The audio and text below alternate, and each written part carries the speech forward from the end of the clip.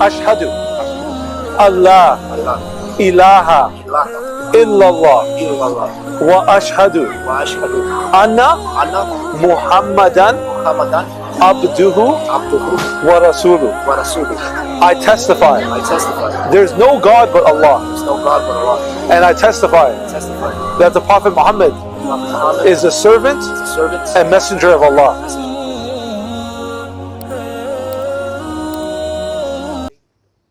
Okay, so before we start, I want to recite a few verses of the glorious Quran, inshallah.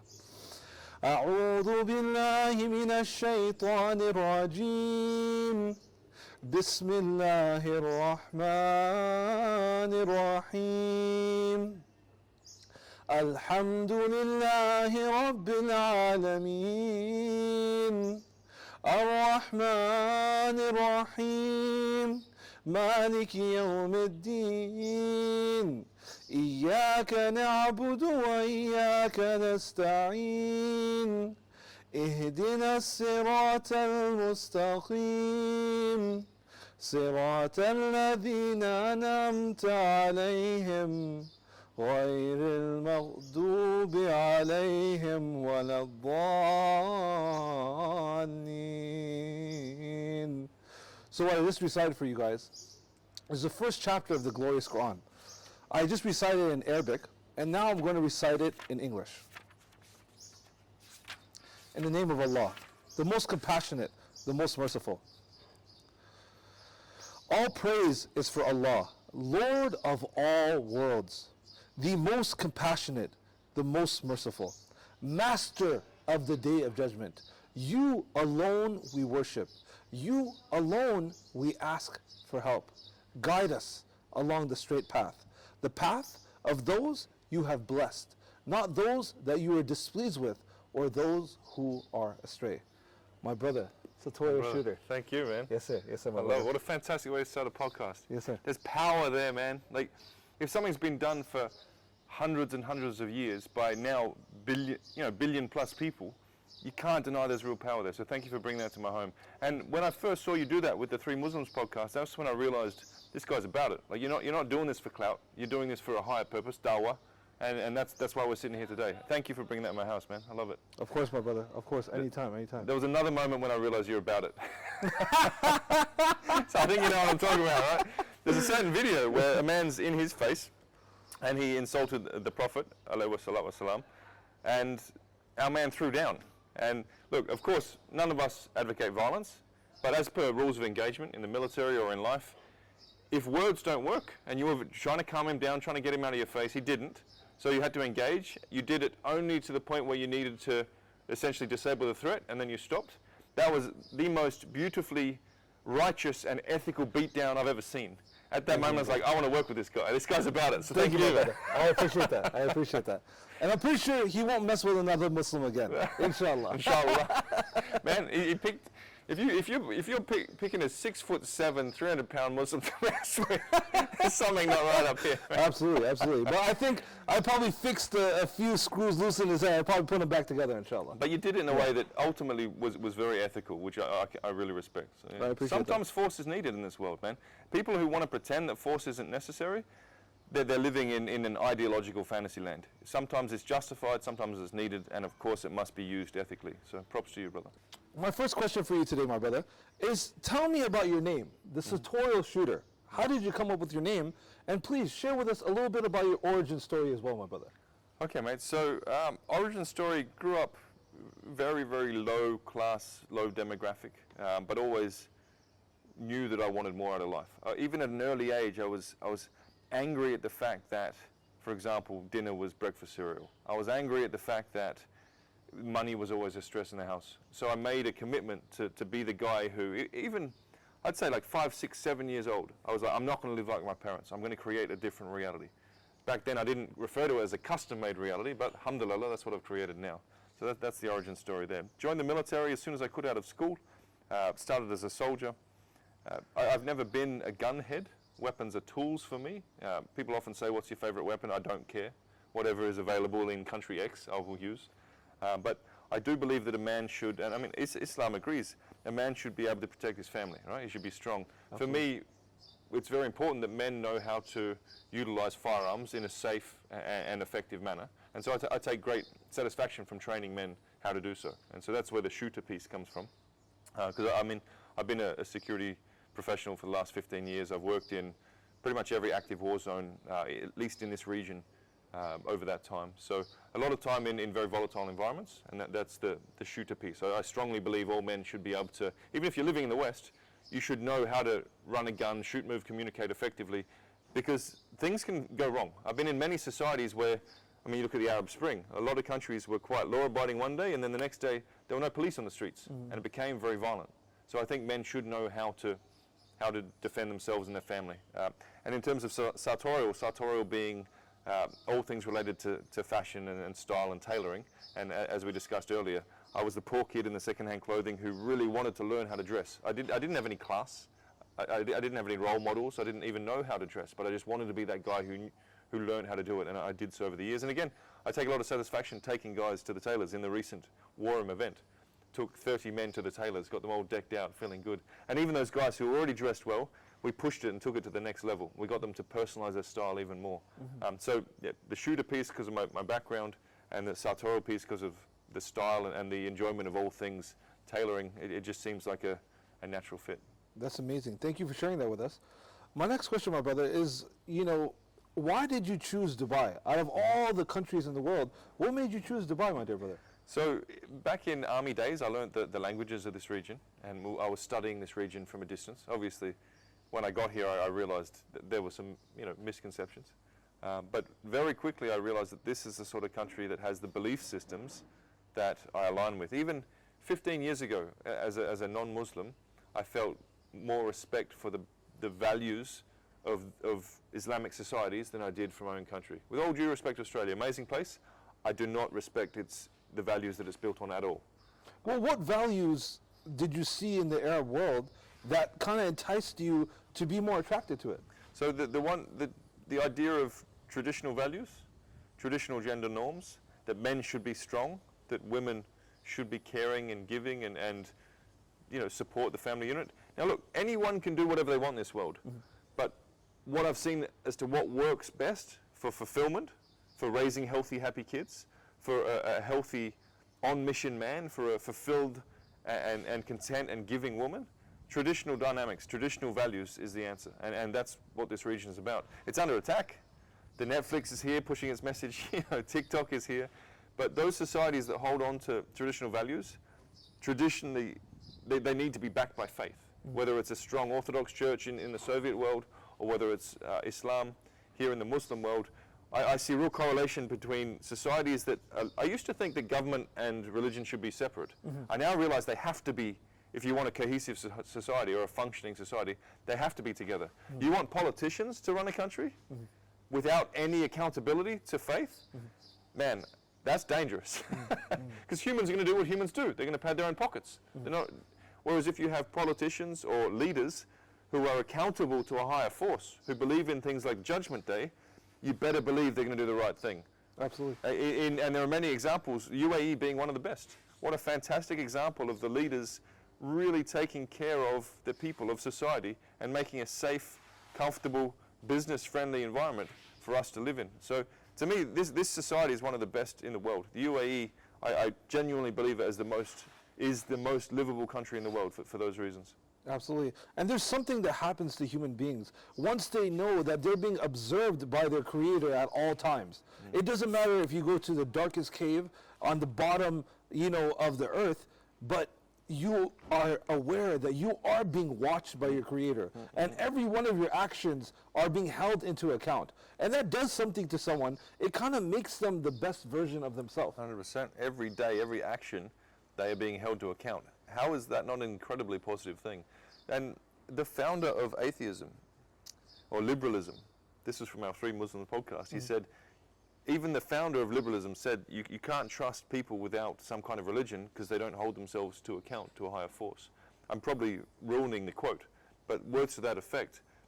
If humans aren't held to some kind of higher accountability, then they're going to indulge in all sorts of unhealthy practices for themselves and for society, because Satan, the temptation is there.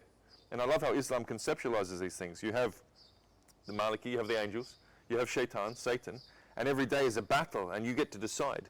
Do you stay on the straight path and be a productive member of your family unit, taking care of yourself, contributing to society, or do you indulge in hedonism? Do you rip off your brother for that quick win money-wise?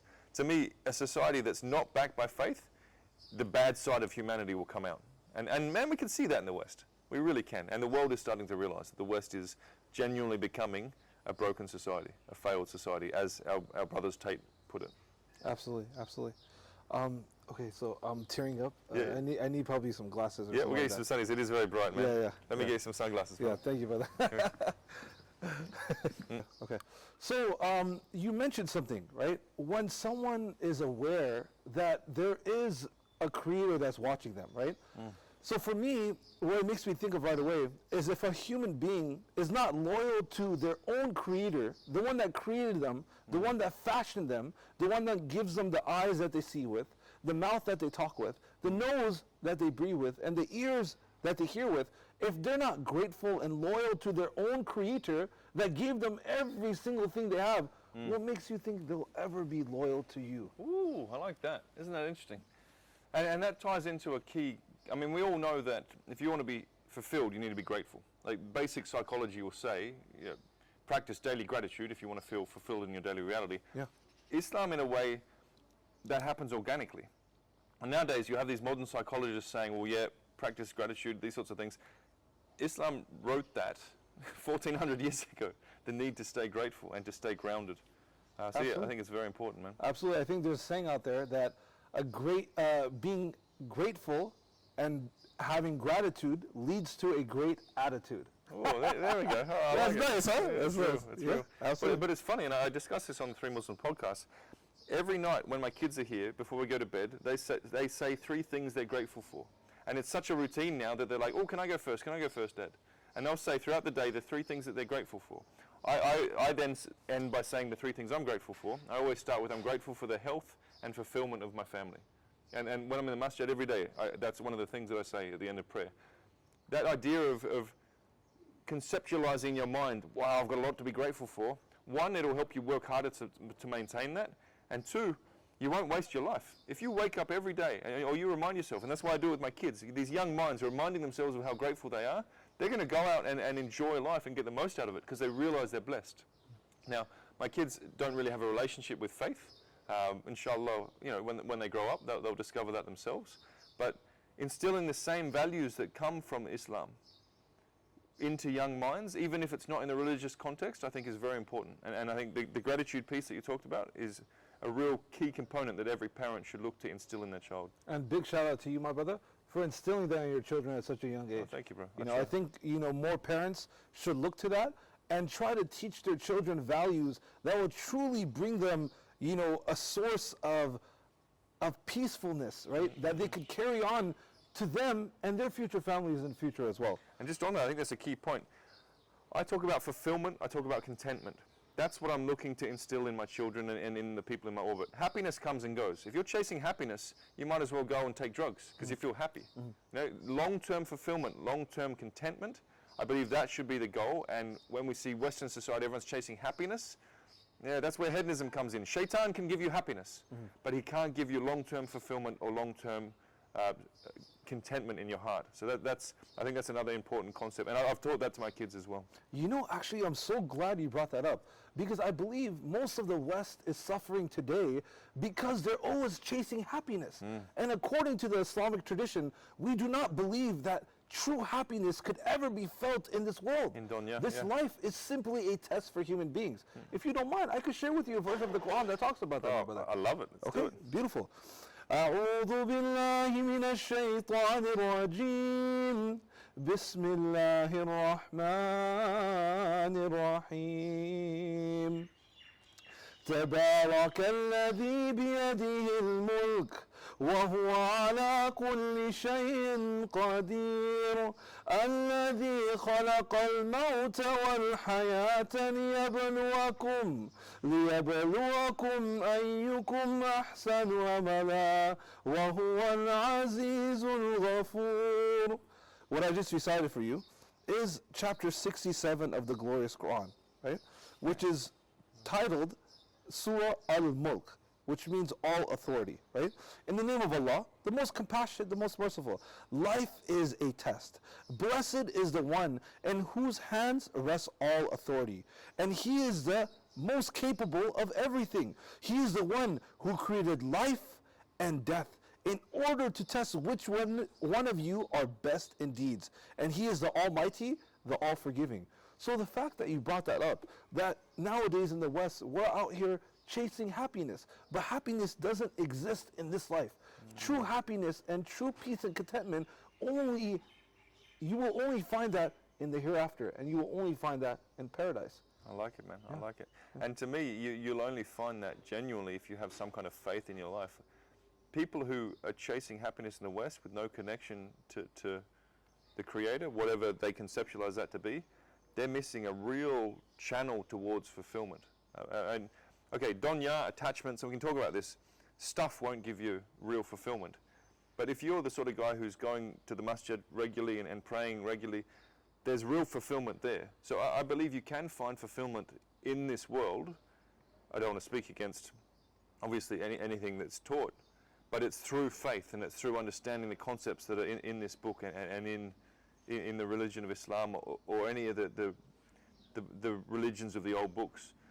That to me is where you'll get some real fulfillment, not from what's pushed in the West. You know, superficial status or sex or drugs or possessions.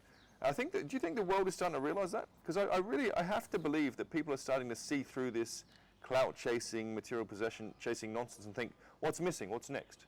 And to me, that's where Islam comes in. That is what is missing from most people's lives in the West. They are missing a connection with God. They are missing faith. Yeah, you know, the fact that you just mentioned that, you know, most people, they look up to these, you know, celebrities, right? And they're looking at them as their role models, right? And these same celebrities that they look up to, these people happen to be the most depressed individuals. And I've done bodyguard work for a bunch of celebrities. Obviously, I can't talk about that. I'm a professional. But they're not fulfilled people. 100%. A lot of them have substance abuse issues. Their relationships are terrible. A lot of them don't have real brothers because they won't allow anyone to question them. They have that diva complex. Most actors and famous musicians, they're at such a level of diva complex that they're surrounded by yes men. One of the key things about our brotherhood is we will say, hey man, you're slipping on this. You need to change that. We'll give that masculine accountability. The celebrities of the world, they don't allow that. So they have very superficial existences. And that's why they turn to drugs and hedonism. To look at celebrities as role models, I don't understand that. I don't even understand why people look at sportsmen as role models. They're kicking a ball around. How is that impressive? I've never understood that. Whereas I look at someone like you you could be chasing the status, this and that. I mean, you're still doing well, alhamdulillah, business-wise, but your main thing in life is something bigger than you. You're giving back to society. To me, you're much more of a role model and much more of a healthy role model than any celebrity or any superstar out there, because you're doing something with purpose in your life that is about more than just you. I think that's what should be honored. That's what should be given respect. I appreciate that. You know, you mentioned something earlier that I want to touch on a little bit, right? You know, nowadays people out here are chasing happiness, right? But how can you be happy if the one that created you is not happy with you? Interesting. Yeah, right? I like that. It's something different to think about, right? And also, I believe the reason why these people out here are chasing these celebrities as role models, right, is because they lack role models in their own household. Oh, wow. That makes sense, yeah. There's a real lack of masculine leadership in families today. And, I mean, that's why the West is falling down. If we talk about divorce rates and we talk about single-parent families and the fact that a lot of children aren't being raised well, to me, a lot of that's the men's fault. I really believe that. Like, if you're a strong leader and a compassionate leader of your family unit, and you're committed to making it work, divorces shouldn't happen. First of all, you should know how to select a quality woman to come into your life and be. It's a very important decision. Who's going to father your? Who's going to be the mother for your children? But these things aren't even talked about in the West. Well, when was the last time in anything in terms of Western? Anything you see on social media or anything you see in Hollywood where they're talking about the importance of a man choosing a healthy spouse mentally to come in or you know, this is why I like organized marriages, man, because they're based on what's practical. A relationship is a practical thing. Again, the West chasing happiness. You're going to choose who you marry and who you have kids with based on some feelings? Feelings come and go. You need to very practically assess, is what this person looking for and bringing to the table matching what I'm looking for and what I'm bringing to the table? If we practically fit, then love will come.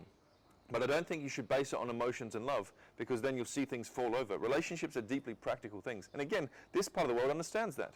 The West will criticize organized marriages, but they're the ones that work because it's based on a practical assessment of, are these two people a good fit for each other? Whereas in the West, go marry whoever you feel you should, whoever you have butterflies in the feeling, butterflies in the stomach. Butterflies come and go. Feelings come and go. I really think the way this part of the world looks at relationships, that they're practical, they must be healthy, they must work, then leads to healthy family units, then leads to a healthy society. And the West is just, the West is chasing feelings. I think it's a major problem because feelings change. I agree. And I believe, when it comes to Islam, the thing about us, right, a Muslim is someone who willfully submits their will to the Almighty Creator, right? And as Muslims, we have guidance for our life. We have complete guidance for our life. It's up to us, either we want to follow that guidance or we don't want to follow that guidance. Talking about marriage, and obviously as Muslims, we have role models already in our life, right? Which are the prophets that were selected by the Almighty, most merciful Creator. These are the greatest role models that humankind has ever experienced. There's your masculine leadership right there. Yeah, absolutely. And one of the best role models known to humankind is the Prophet Muhammad. Peace and blessings be upon him, which is known as the #1 most influential man, also the most common name in the world, as well as also Muhammad. And there's a reason behind that, right? And what he teaches us is there's certain things you should be looking for in your spouse, right? One of them is, the first and foremost, is make sure you have a spouse that fears her Creator. How is her relationship with her Creator? Because there's going to be many times where you're not around, right? And obviously as human beings, we're full of flaws. Amazing. Just want to say, I'm having one of those moments again where something I believed is reflected in Islam. I didn't know that. Years ago, I realized that if you want a good wife, she needs to come from a religious family and she needs to have a relationship with her faith. And here we have it in Islam being written. I have that every day. Every time I'm reading, I'll read something that's within our faith, and I'll be like, oh, I figured that out years ago, by trial and error usually, by mistakes. Here it is written. It's amazing how many lessons and how much guidance is in this book and in this faith that people just don't realize. So I figured that out 5 years ago after going through a very bad dynamic marriage-wise and a very messy divorce. If only I'd known that at the start, if only I'd read this book at the start, I could have avoided so many years of unhealthy relationships. 100%, 100%. But that's why this guidance is here for all of mankind, right? To read and to understand. And along with that, right, the Prophet Muhammad, peace and blessings be upon him, he said to look for someone who is loyal to their Creator. They fear their Creator, because if they fear their Creator, then they won't do you wrong. They won't do your children wrong as well, right? And along with that, he said, make sure you find someone with a good family that comes from a good bloodline, right? They have good family values as well, So, you mentioned that, so I just wanted to share a little bit about the Islamic belief on that, There's some guidance for young men looking for a good relationship. Do it in the context of Islam, and you'll have a lot more fulfillment in your relationships than if you try and figure out yourself. There's a whole body of knowledge, there's a system with which to approach life and relationships. Utilize it. Why try and do these things through trial and error? Trust me on that. Absolutely, absolutely. So, you've lived in Dubai for how many years now? Well, when I moved to the Middle East, I was in Iran for 2.5 years. I was in Iraq for a good amount of time, Syria for a good amount of time as well. Saudi, also lived in Saudi for a good amount of time. Whereas Dubai straight, I'd say for the last 6-7 years, but with continual travel. Dubai has been a hub for travel for me. I typically spend more time before COVID at least, I'd spend more time on an aeroplane than I would in my actual office. So Dubai's been my home for 6-7 years, but constant travel throughout that period. So did you have any preconceived notions about these Islamic countries before you entered them? Obviously, as an Australian male, what did you have any preconceived notions? I think the main one was around, because Australia being a bit of a feminized society, the main one was around the hijab. And I viewed it as a suppression of women and that it was wrong. That was the main one. Whereas getting over here, and talking to women who choose to wear the hijab and understanding the reason behind it. It's that they want to protect their dignity, that they want, I mean, men are men. You're not going to change men from being men. If a woman chooses to decrease the likelihood of men staring at her, I think it's a healthy decision. And so I've completely changed. I respect women who choose to wear the hijab, because to me it's just it's a way to look after themselves. Also energetically, you don't want men, strangers staring at you all the time. So that's probably the biggest thing that I've changed my perception on. I have huge respect for women who choose to wear the hijab, as opposed to before thinking, oh no, that's wrong and that's somehow suppression. That's wonderful, wonderful. So, I think there's a saying out there, right, that people are scared of what they don't know. And a lot of times, there's a lot of things about Islam that they simply do not know. And unfortunately, the enemies of Islam are the ones who represent us instead of us representing ourselves. Yeah, and I think that's a big problem. I really, truly believe that's a big problem. And talking about the hijab, right, is, obviously you displayed to us, right, your beautiful watch collection, right? You didn't have it out in the open, right in the front of your yard, ready for everyone to take, right? You had it in an enclosed case, right, with a passcode, with a fingerprint, all that to get it open, right? Because you value it, right? Right? Same thing as Muslims, we value our women. We value our wives. We value our mothers. So for us, we want to protect them. I like it. We're here to protect them and shield them from the evils of the world. And that's, I think, a daily acknowledgement of the evils of the world is very important. I'm still learning how to pray, and I like how we say, help me resist or fight against shaitan. A Muslim says that every day as part of their prayer. You're reminding yourself continually that evils exist. In the West, I think they've forgotten that evils exist. And then they're surprised when bad things happen. Those evils are always there, whether you acknowledge them or not. I like that in this part of the world, we are conscious of the fact that evils do exist, and this is a bad place. There is a dark side to humanity, which will always be there, and we need to structure our lives accordingly. Unfortunately, I think what it is that people in America, they are living in a certain bubble. And when they leave America, and they see how America or the West is viewed by non-Western people, then they get a real glimpse of what's going on. Because how can you see what's going on until you look at it from the outside in? They're looking at it from the inside out. And that's why they don't get a good perspective. So I'm very happy that you're actually talking about these things to give them a different perspective. Because that's all we're here to do. Give them a different perspective. And as human beings, you guys choose what you believe is true and what you believe is false. Right? And tying into that, I think it's very funny when people who live in that first world Western bubble think they are somehow the morality police of the world, like we saw with the Qatar World Cup.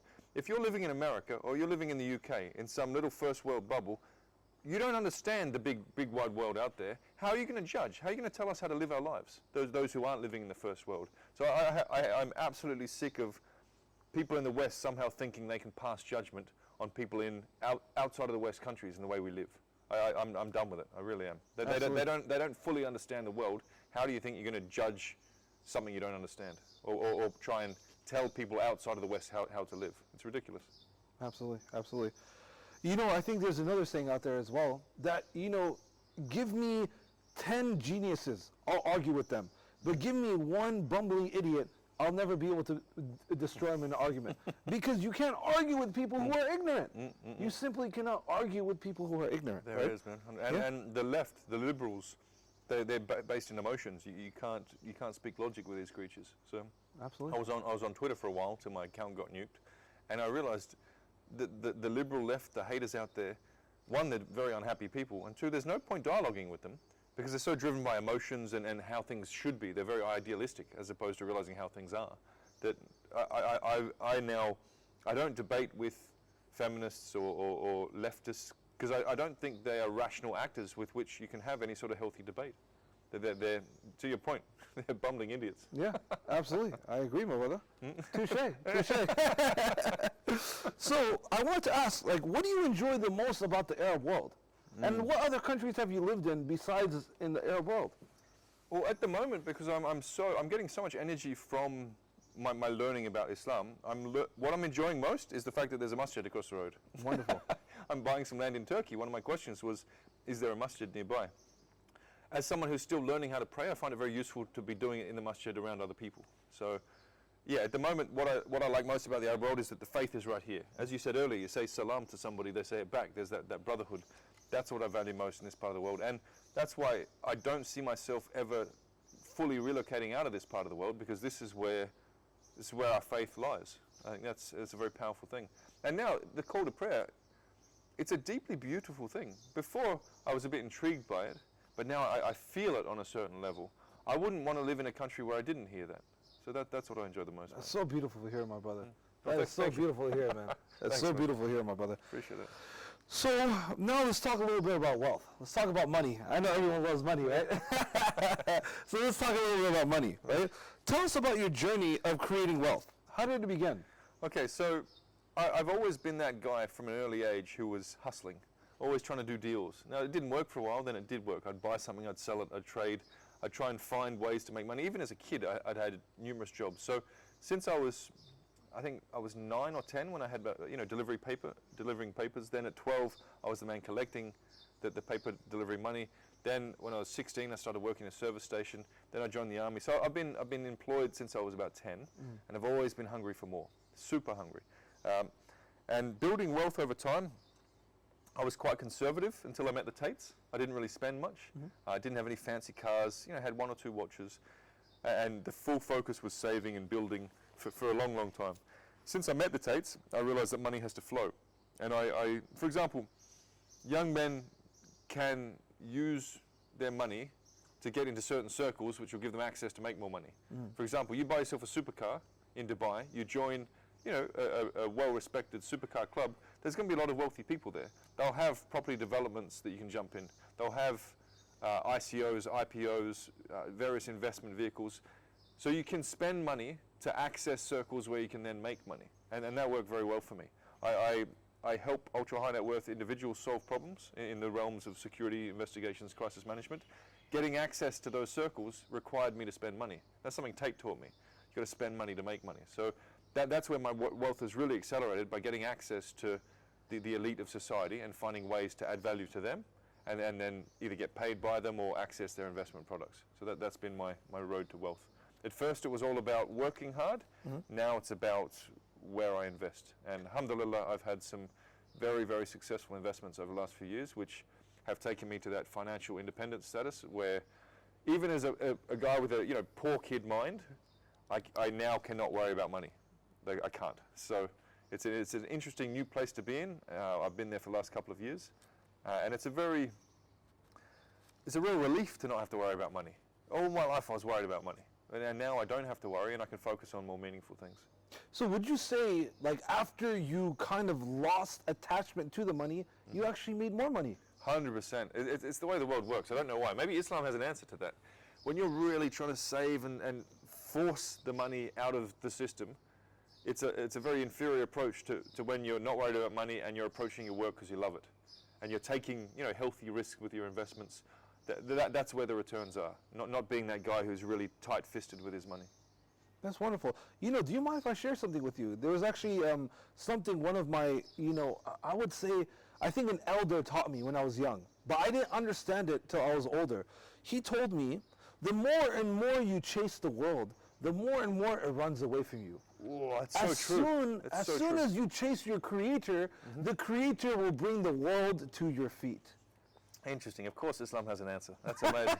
Because it's true. Again, this is an example. I figured that out maybe 10 years ago. You really chase women in an unhealthy way, you won't get quality women. You really chase money, you get trying to force it, you're not going to make big money. You might make money, but not big money. But when you get to that state where you release the attachment of it and you're doing it in a healthy manner, and you have that mindset of abundance, that's where the abundance comes. And of course, Islam has that written 1400 years ago. One thing I'd love to say about money and wealth. Yes, brother. Look, I'm on Instagram, I put cars, watches, whatever.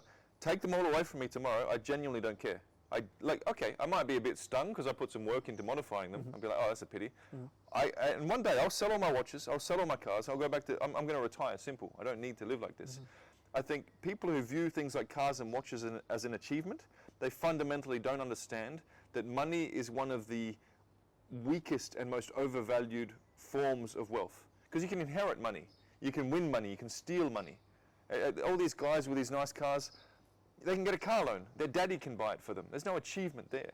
It can be a nice way to reward yourself after a certain amount of work, but the idea that men are chasing cars and watches as if that's the ultimate form of value, money is not value. Value is value. Now, and let's talk about what value is for a man who's seen through money, if you will. To me, health has to be number one, because without health, you're no good to yourself or your family or society. I put brotherhood very close behind health. Back in the day, we understood the men you have next to you going out to hunt, to fight. They were your brothers. There's a World War I veteran? Yeah, and that was trench warfare, very brutal. He said, I think he was the last surviving World War I veteran, he said, people nowadays don't understand the love we had as brothers. You fought with the man next to you. You died with the man next to you. We loved each other more than a man has ever loved a woman. I think it's very beautiful. And the idea that brotherhood is such a powerful form of wealth, but I think that's been forgotten nowadays, because men aren't going out. I mean, it exists in the military in certain circles, and I believe it exists in certain religious circles, but I think brotherhood is such an important form of wealth that if young men understood what I understand as a 40-year-old, they wouldn't just be chasing money, they'd be pursuing brotherhood. Absolutely key. And from there, it's other forms of wealth that are superior to money. For me, healthy, happy kids. Man, I've been through experiences where all the money in the world couldn't save my kids. I've been through that. Not something I want to talk to, but you realize that money has its limits. Your family being healthy, that is more important than money. So we've got health, we've got brotherhood, we've got the health and fulfillment of your family. I think time is another one. I know a lot of ultra high net worth individuals who don't have any time. What's the point? Again, money has limits. Having that geographical freedom, the ability to, all right, I want to go on a lad's trip and drive, through the south of France for 2 weeks. A lot of people with all the money in the world, they can't do that sort of stuff. They don't have time. And the other form of value that I think young men would do well to reflect on is having a supportive, respectful, giving woman next to them. Mm-hmm. So key. I know so many ultra high net worth individuals who do not have a supportive woman next to them. As a result, their daily reality is ruined. You can have all the toys and all the luxury holidays. If the woman in your life is ungrateful, if she has no respect, no loyalty, your life is terrible. So again, everyone's chasing that money. Why not chase the other things that I just mentioned? Because that's what leads to a fulfilling daily reality. I know a lot of people with a bunch of cash who don't have those other ingredients. They aren't fulfilled. I know a lot of people who have medium level cash. Yes, you need to get wealthy to look, you need money to look after your family, but they have the brotherhood right, they have the timepiece right, they have their health right, they have a giving woman next to them. They are a lot more wealthy overall as people than guys who've just chased that cash and nothing else. Interesting. And would you almost argue that nowadays money isn't real?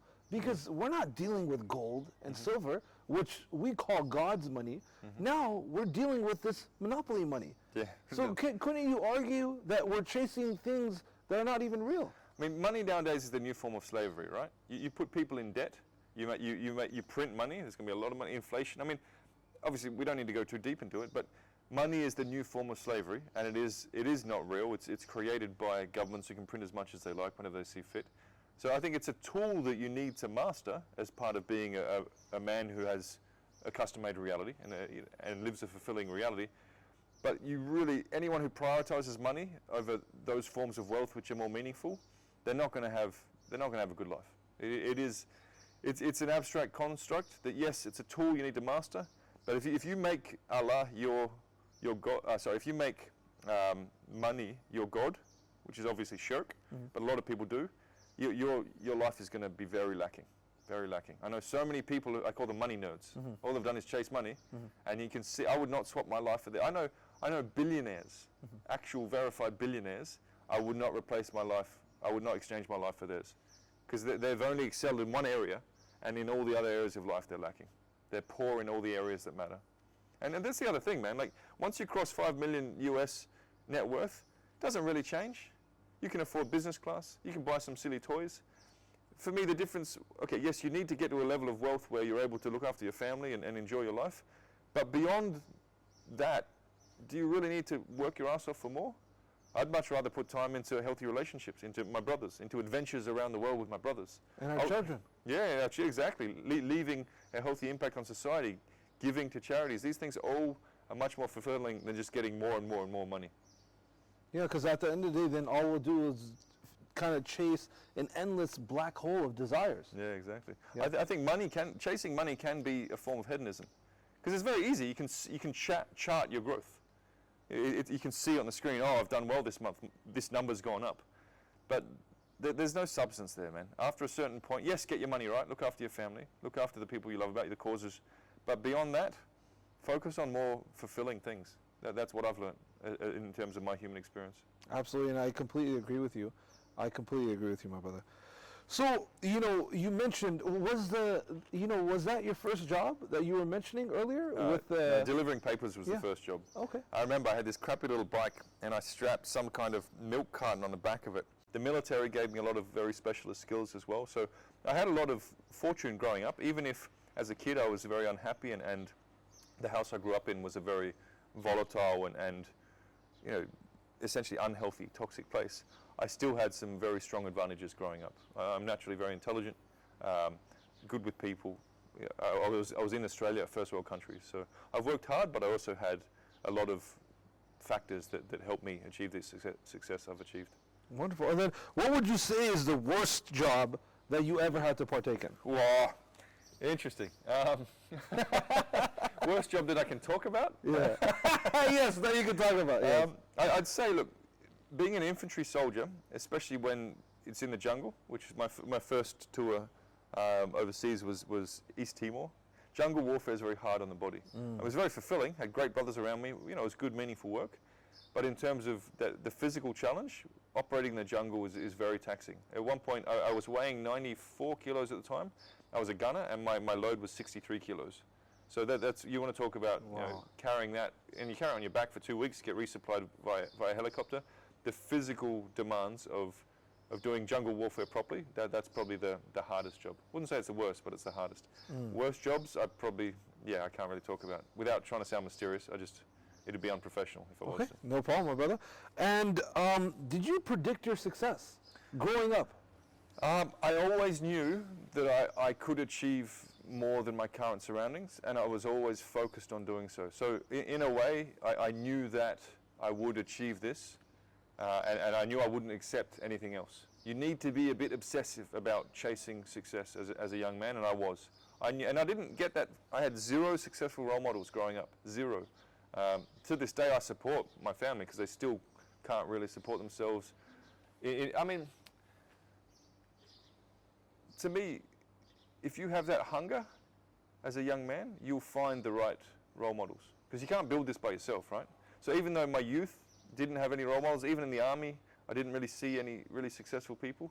I then got out of the army and went into circles where I started to interact with very wealthy people. And I saw what's needed. Because anyone who thinks they're going to become successful by themselves, it's a joke. You're not going to. You need mentors. You need brothers around you. You need people operating on a certain frequency to help you lift your frequency up. So I went out and found the people who had that same level of hunger, and I built myself up with their support and with their insights and their guidance. You can't do it by yourself. It's interesting that you said that you can't do it by yourself. There's an old saying out there that you need a village to raise children. And would you say that you need a brotherhood in order to, create the custom reality that you want for yourself? I like that a lot, brother. I might actually steal that one and use that if you don't mind. I'll make sure I'll copyright it. Exactly, please do. We'll give you a monthly commission every time I use it. No, but for me, that's why I so strongly believe in the war room. We've got a collection of thousands of men worldwide who are all operating on that frequency, that I know I can do better, I know I can work harder, I know I can put more effort into the training, into the adventures around the world, into building businesses. Finding high quality men is difficult, and the war room is almost like a filter for men. The men, especially those who are respected within the war room, they are the best men I've ever met, consistently. I'd love you to consider it at some point, bro. I actually am possibly considering it. Excellent. Yeah. Let's talk, man. Let's discuss it, because there's a lot of Muslims inside, by the way, a lot of brothers, because it's built on similar values, very traditional values. A man should protect, he should provide, he should every day work his hardest to make the right decisions. The war room has masculine accountability, and it's also a flex positive environment. You should show receipts is something we do. And people get kicked out all the time. If someone's not performing and not leveling up in the various areas of their life, and it's all systemized, then they get kicked out. Every week people are getting kicked out of the war room. Yeah, it's real. So having that global community of high frequency, high output men who are pushing to excel in all areas of life, man, the war room is something else. I love it. I'm going to Asia soon for a business trip. I've got a bodyguard task to do. After that, I'm going to go to Bangkok, not because I love Bangkok, but because there's so many solid war room guys there, so many quality guys. Last time I was there, we had a dinner, 30, 40 men rocked up. Wow. Each one of them pushing with their fitness, looking to create positive relationships with men and women, hustling with their work, specialists, young guys hustling. And so I'm literally going back to a city just because of the quality of brothers that we have there. And the war room has that all around the world. I'm so genuinely grateful for that community. And we've got to give respect to Tate. He created it.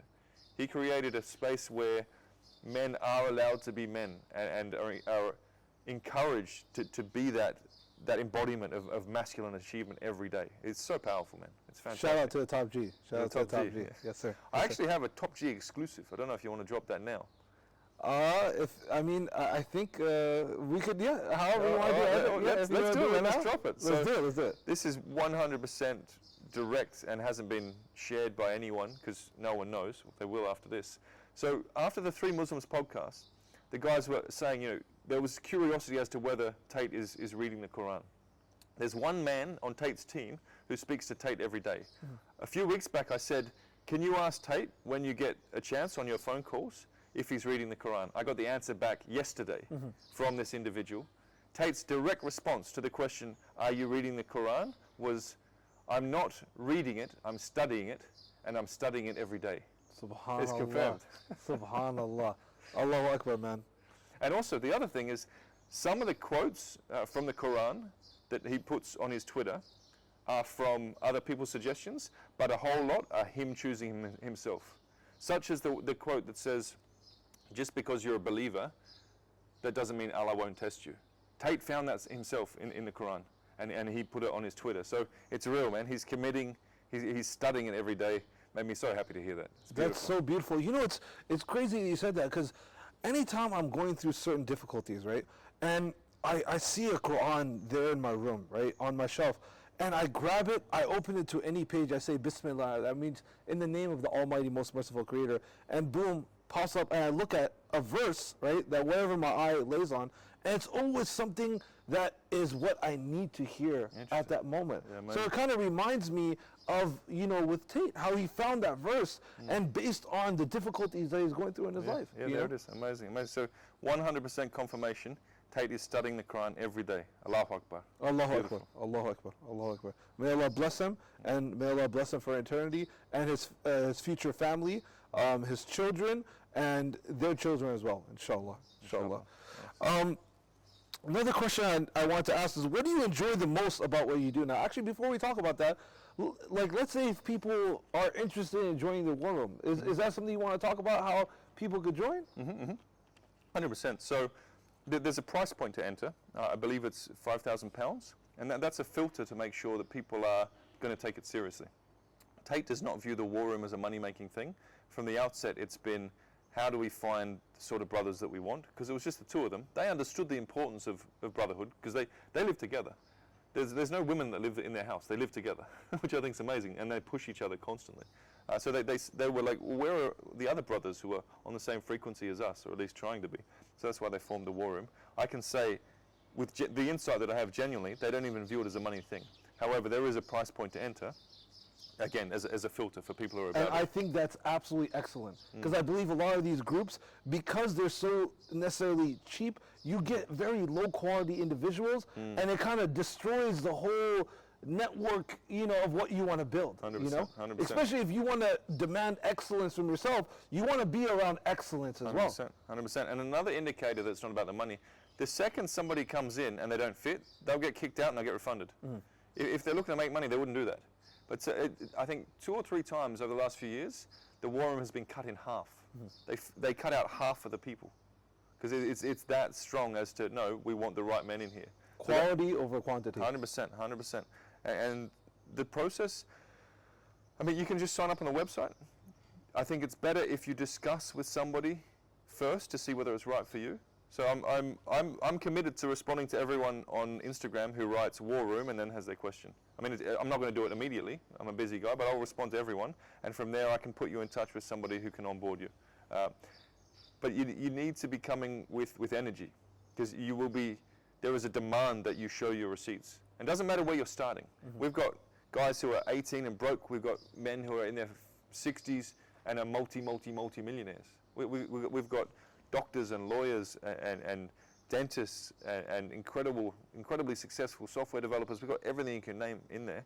Doesn't matter where you are, you have to show progress. And if you don't show that you're leveling up in the various areas of life, then you'll be given support, you'll be questioned.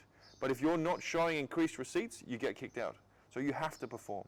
So I'd say to people, if they're looking to join out of curiosity or because they want a good network, the underlying energy that you should bring to joining the war room is that you're ready to absolutely attack life with brothers who are doing the same. That's what it's about. And when you get together with a group of men who are all in that frequency, wow, it's powerful, man. You get 30, 40 war room guys in the room, that's an electric room. You've got a bunch of specialists who are absolutely dominating in all areas of life. Where else are you going to find that? There's a lot of business networking groups out there, but they don't talk about masculinity. They don't talk about fitness. They don't demand that you go out and create a custom-made reality. They just talk about money. Money is one thing that we talk about. Now, we're living well. We're all doing well, especially with the global network that you have. Any country in the world, you can get, with the contacts, you can get pretty much anything you want in terms of business, in terms of getting yourself set up with the residencies, having local fixers who can help you access good deals on the property market, how to set up your businesses properly in any country.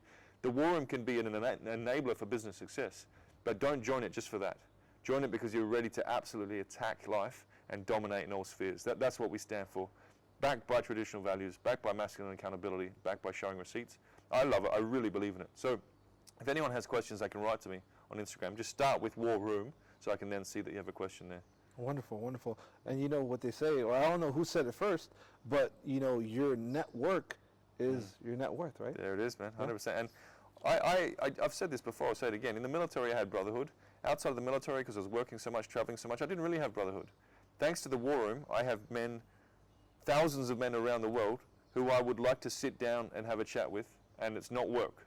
It's not, I don't have to force. I have brothers who I respect all around the world.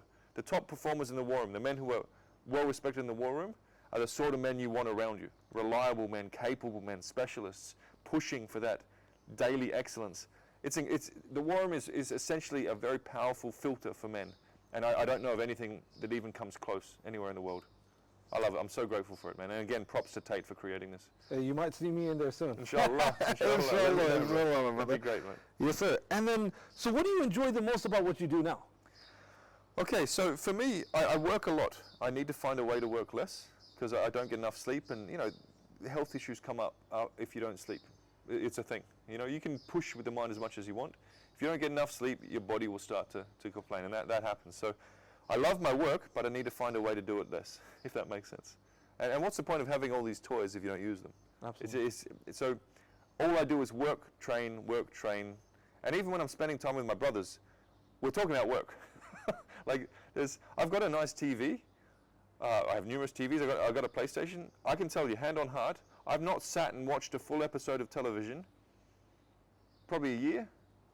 I haven't sat and played video games in such a long period of time because every waking hour is focused on work. Now, a lot of that at the moment is supporting the Tates, obviously. I also have, the businesses that I run and the work that I do, which I find very meaningful. I also try and support and mentor a lot of men within War Room. I give a significant amount of time to the men in the War Room, adding the value that I can. So, yeah, to answer your question, my reality is work, and I love it. I just need to find a way to get more sleep while still... It's tricky. As a man, when you've found a way to take 1 hour of your time and create a positive impact on your brothers, or take 1 hour of your time and turn it into a significant amount of money, it's hard to sleep, bro. You know what I mean? So that's what I'm wrestling with now. I love my work to the point where it's difficult to not work, and you got to look after your health, man. You have to do that. There's a lot of fruits of the labor, right? Yeah, man. It's working, man. Alhamdulillah. Yes, sir. Man. Alhamdulillah, alhamdulillah. All praise to the Most High, right?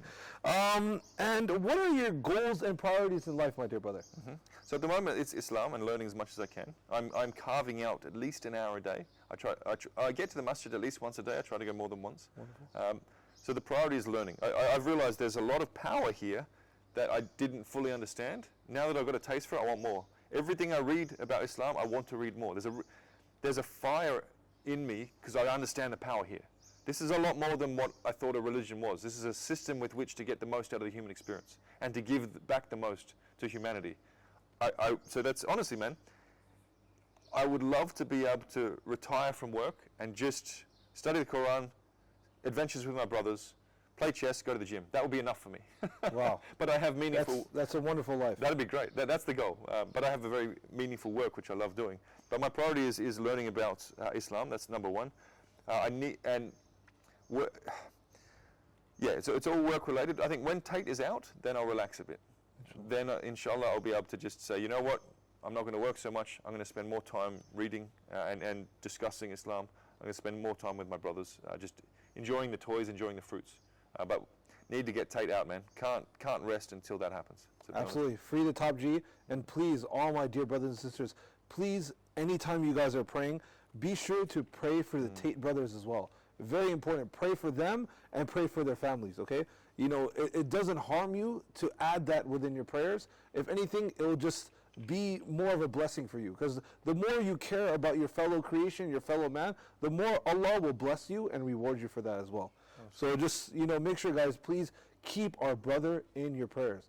The stuff that he's going through right now, he needs our prayers and he needs us. So we should be there for him, especially as our Muslim brother. Well said. And what advice do you have for the younger generation for building wealth and finances?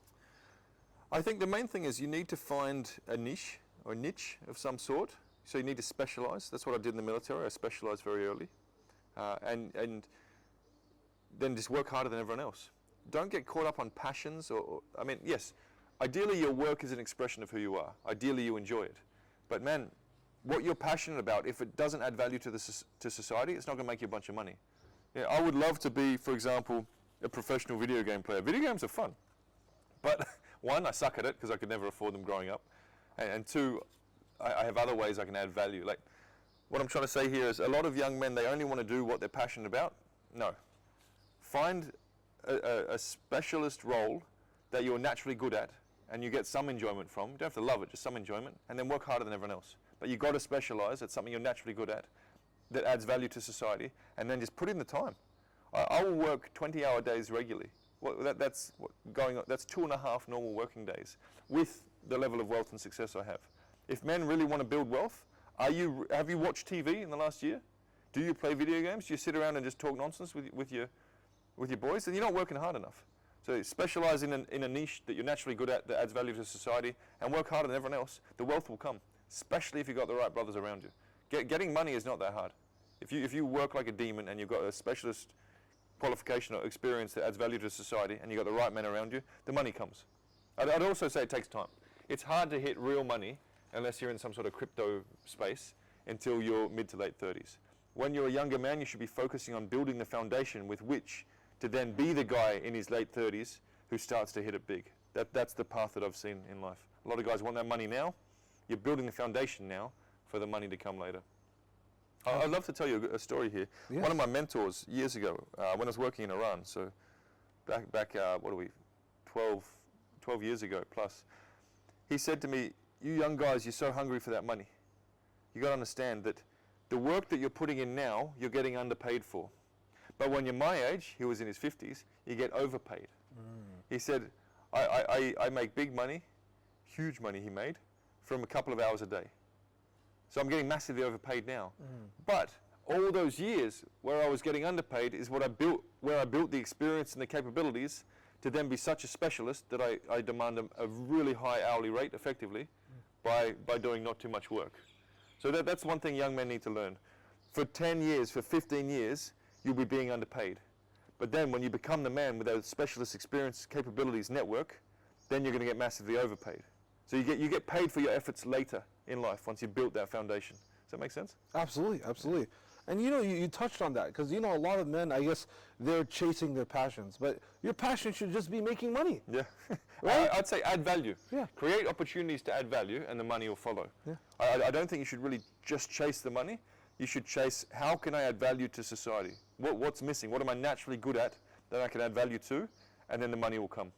And yeah, to your point, Like some guys, I just want to be a personal trainer because I enjoy it. I love going to the gym too. I'd love to be a personal trainer. Imagine going to the gym every day.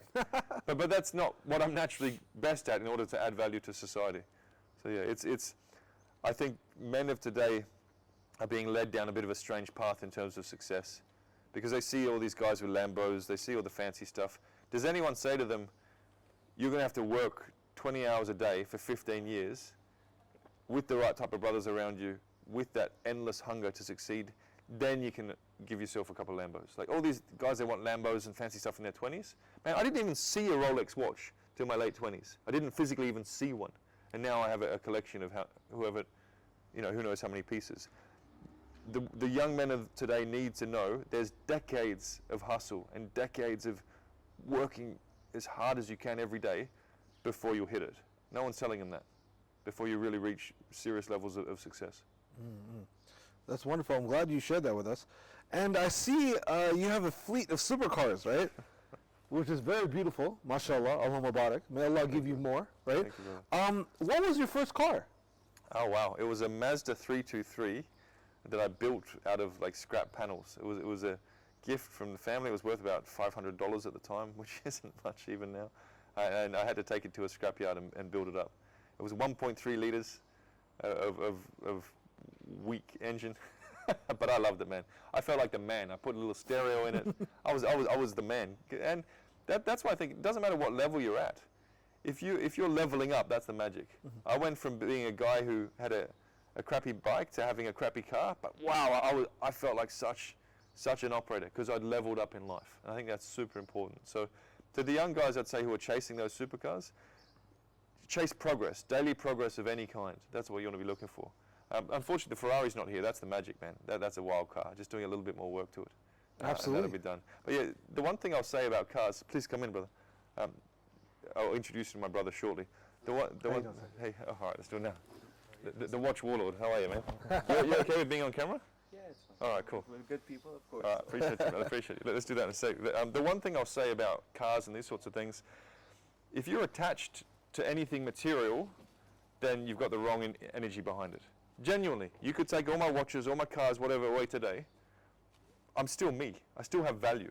You know, possessions and money, that's not value. I have brotherhood. I have the capability to build it up again. I have a very clear value. I have a very strong faith. Take away the material possessions. I genuinely wouldn't care. Unless you have that sort of approach to toys, then you're not living your life right. And Tate's the same. Man, I'll tell you a quick story. We were in Montenegro, and we got a flat tire on the Bugatti. That's a €5 million car. We went into this little, I mean, this hasn't been told before, so Tate would be okay with it. Exclusive. Yeah, we went into a little garage, and we needed to pick the car up in order to take the wheel off. And the Bugatti's carbon fiber tub, right? And so we didn't know where to lift it up, and we had a car guy with us, a friend of mine, Kevin. He's actually dropping around today. He knows cars really well. He's a very technical guy. He said, when you crank up that jack and you lift the Bugatti, if it's not in the right place, you could crack the carbon fiber tub, €5 million.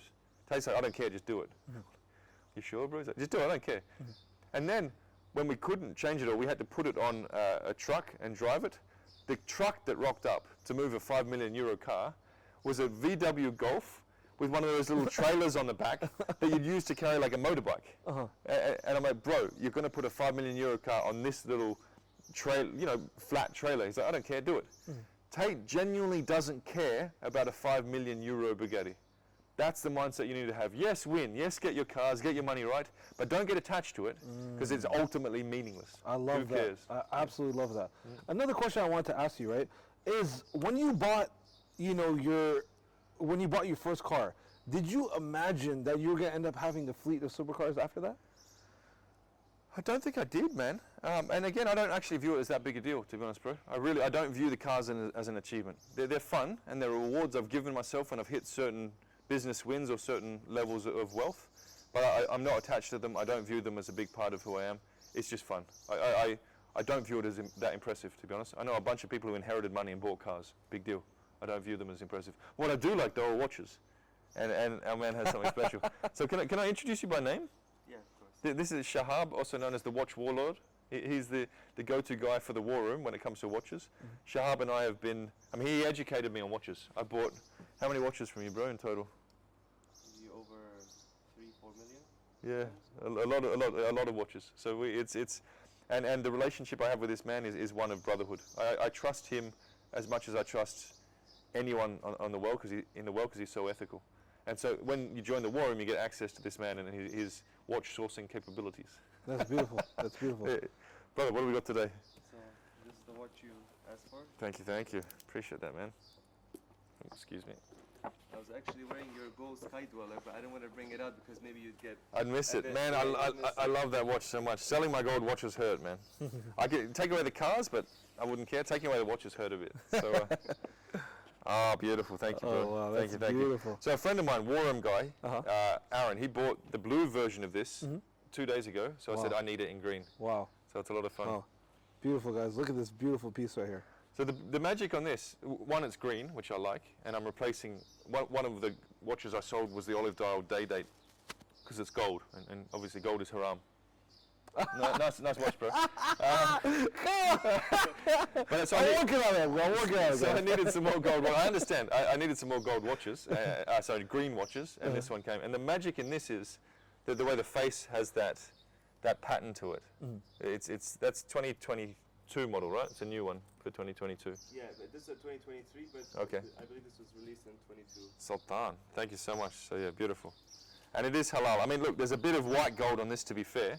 I actually talked to a sheikh about this, and he said, look, if it's just a small part, it's okay. So the discussion is this a small part, the bezel? I don't know. Much smaller than that, I said. Let's not talk about that. yeah, we're going to fix you. Where is it? Yeah. Okay, cool. A gift for you, brother. Amazing. There you go. Small gifts, small, and nothing same as yours, but just small gifts. Shout out to 3 Kicks. Hey, Amazing thank you, shop. my brother. Thank you, my brother. That's very kind of you, bro. Appreciate it. Wow, this is beautiful, my brother. Thank you so much. This is the Moon Swatch. Oh, It was a wow. collab between Omega and Swatch, and actually this broke the internet when this was released. That's It shut down the mall. People Yeah, were. yeah. This This is for probably- me? Yes. Yeah. Wow, man. He's a Probably class more act, bro. difficult to get than this one. they're real Wow. watches. Can I see? I've never actually seen Absolutely, one. absolutely, my brother. I Absolutely. have one for you as well, Shooter. Look up. I will take it happily, bro. Yeah, I have a really special one for you as well. Amazing, my brother. Man, can we make the watch game halal today, brother? What do you reckon? You know what? Just for our brother Shooter, I'm gonna have to take this one off. This You is know a what I'm saying? halal household. This is a halal household, you know what I mean? Thank you, my brother. You see, look, amazing. he's That's already very kind making of me you. better. Thank you. He's already making me a you, better thank man, dude. That's an awesome watch. It really is. Amazing. Our friends at 3 Kicks. 3 Kicks. Shout out to 3 Kicks. Yeah. They're still in City Walk. Amazing shop, man. Run by a 16-year-old now. He started when he was 14. What a hustler. What a fantastic. So that's why we took Tate to talk to him. Yeah. 3 Kicks in City Walk. Check it out. They have the best shoes, watches, everything. I'm Really. actually in his store and I'm messaging him and he's in class and he's telling me, okay, go there. He's like doing some, after. Amazing. He's still in school, but he's running a successful business. So what an absolute gangster. May Allah bless her. Yeah. May Allah And bless with her, real brother. support from his family as well. It's a beautiful story. Amazing. Hey, man, we're officially halal now, guys. Yeah. We're It officially works. halal. It is beautiful, I man. love Thank you so much, my brother. May the Almighty bless you, my brother. I appreciate you so much. This was definitely a surprise, guys. It's definitely a surprise. I did not see this coming. Very kind Really, of you. these are probably more difficult to get than. Yeah. They're so sought after, those watches. It's wild. Incredibly sought after. Man, that come on now. That works. How do you guys like it, guys? You guys like it? That's what I'm talking about, man. Fantastic, my brother. Alhamdulillah. Can we alhamdullah. pause so I can pay the man? Yeah, yeah, absolutely, Alright, cool. absolutely. Let's do it, man. Thank you. Thanks for coming, bro. Okay, so you wanted a day in the life of? It's always dynamic. There's always lots of things going on. Yes, sir. So right now, this is Erdem. He's hands down the best breeder of Dobermans in the world. I bought a puppy from him. I've also flown him over to help with the training. And part of his product, his service, is the best quality Dobermans on the planet. The man, I mean, the way you do it is incredible, man. This is his life. He's an absolute master in his field. But also, the service he provides is very high-end. You can message him anytime, help with the dog, help with the import process, everything. So we're going to get some luxury footage here in Dubai for his Instagram, so the world can see that both the product and the service is a very luxury offering. That's the intent here. And he looks good too, so that helps. Thank you so much. Nice. I'm trying to be. So should we get some good footage then? Yeah. Choose the car, man, whatever you want. They're all yours. Thank you so much. All right, cool. Let's do Thank it. you so much. Thank you so much. One. All right, brother. Let's show you Porsche horsepower. Let's do It's it. different to other horsepower. So the beautiful thing about the 911, it's been basically the same car, the same shape for decades. And the Germans, they've just refined it bit by bit to make it incredible. Anyone who's a real racer, anyone who's really into cars, they'll appreciate the mechanical perfection of Porsche above any other type of car. And you're about to find out why. I'm looking forward to this, my brother. I'm looking forward to this. Let's do it. The other thing is, big guys like us actually fit in this car. Look at this. Yeah, they're incredible, man. Porsche's the best, really. You can't argue with it. Especially now that she's louder with the aftermarket exhaust and all the work done throughout. Right, let's do it, man. Absolutely gorgeous. Absolutely gorgeous.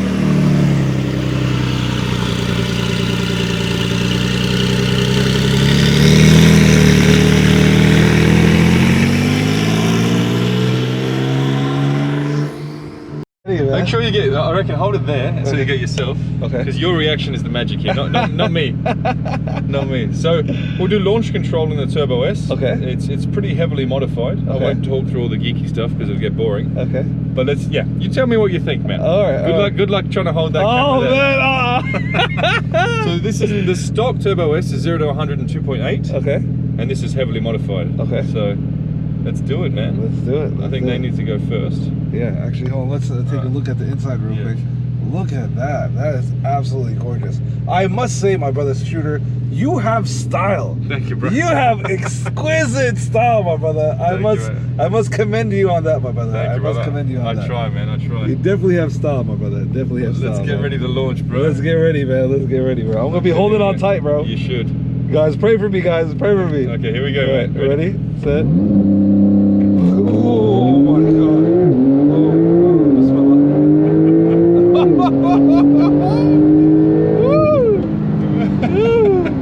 Oh my God.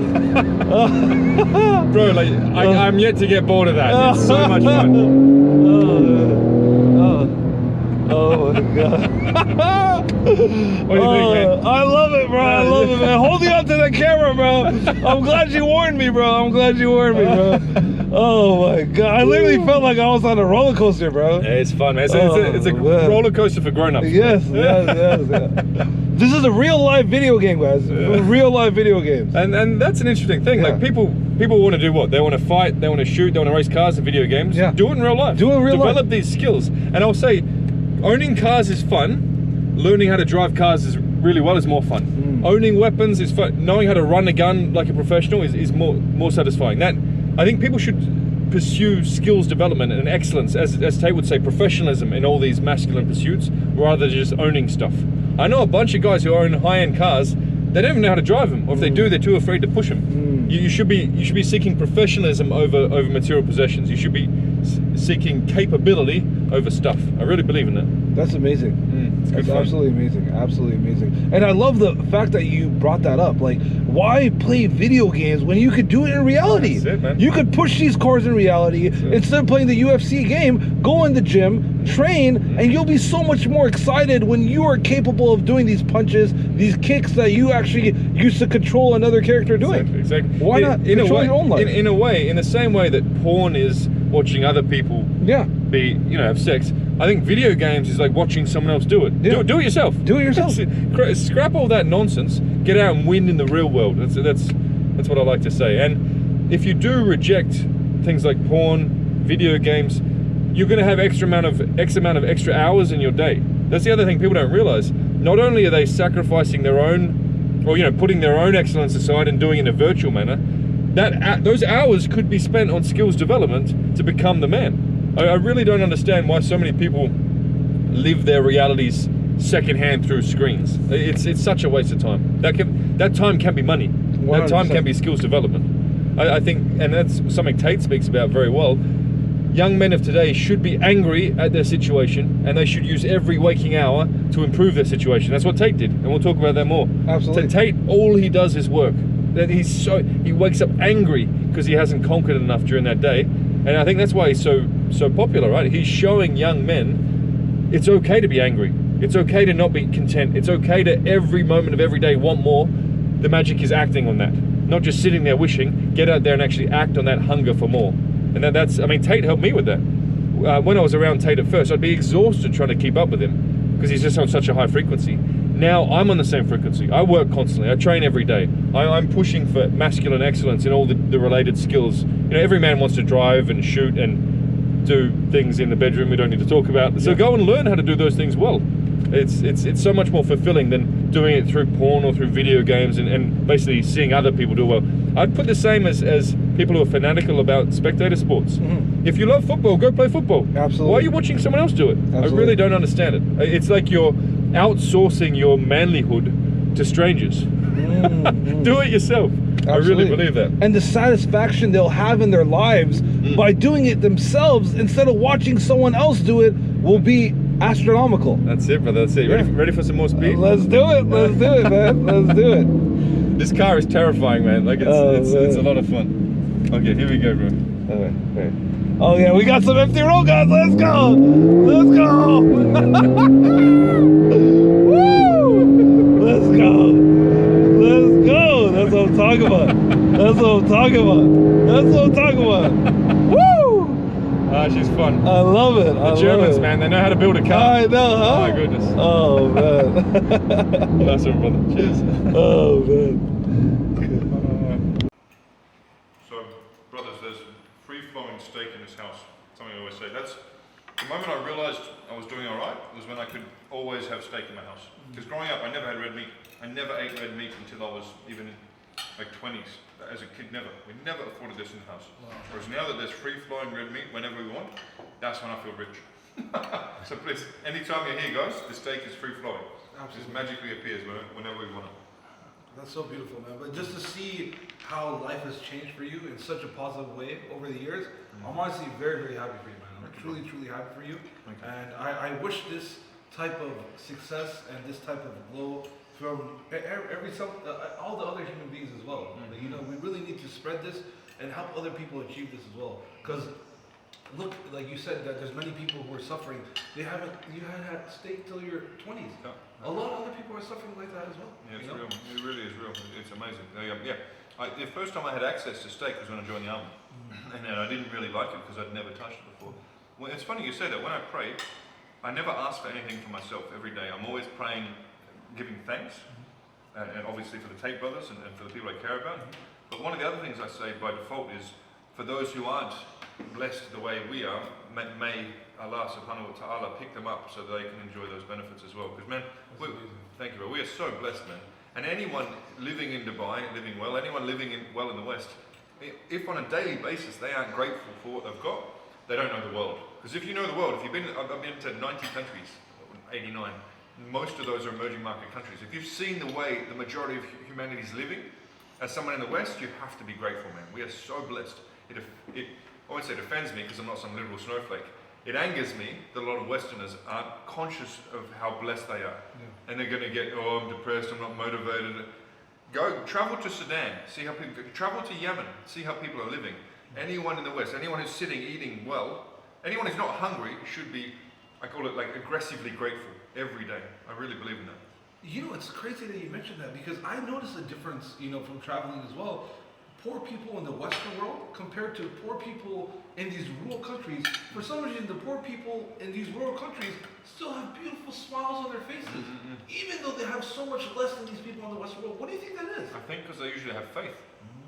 I really believe that. I think if you're suffering, as with the Tates now in prison, faith gives you a huge boost and ability to stay positive and stay grateful for the human experience. Whereas if you're in a faithless country like the West, and then you're poor, that's miserable. If you are poor without any sort of connection to God, that is a miserable existence. There it is. That's amazing. That's amazing. Bon appetit, brother. Enjoy it.